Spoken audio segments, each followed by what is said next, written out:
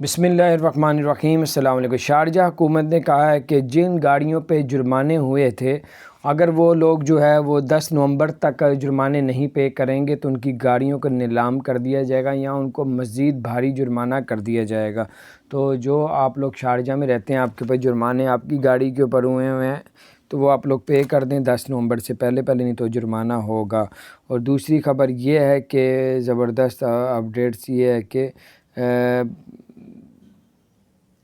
جو ہے اب جاپان نے پاکستانیوں کے لیے ویزے اوپن کر دیے ہیں، اور دوسری یہ کہ 11/11 پورے یو اے کے اندر ڈسکاؤنٹ شاپنگ مال میں ڈسکاؤنٹ لگ گیا، 90% ڈسکاؤنٹ ہوگا تقریباً، اور جاپان نے پاکستانیوں کے لیے ویزے اوپن کر دیے ہیں۔